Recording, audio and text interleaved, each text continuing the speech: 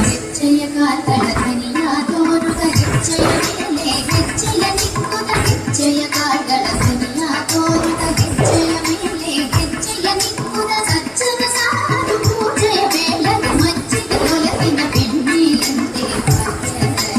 ಲಕ್ಷ್ಮೀ ಬಾರಮ್ಮ ಸಜ್ಜನ ಸಾರು ಪೂಜೆಯ ವೇಳೆಗೆ ಮಜ್ಜಿಗೆ ಒಲಗಿನ ಬೆಣ್ಣೆಯಂತೆ ಭಾಗ್ಯ ಲಕ್ಷ್ಮೀ ಬಾರಮ್ಮ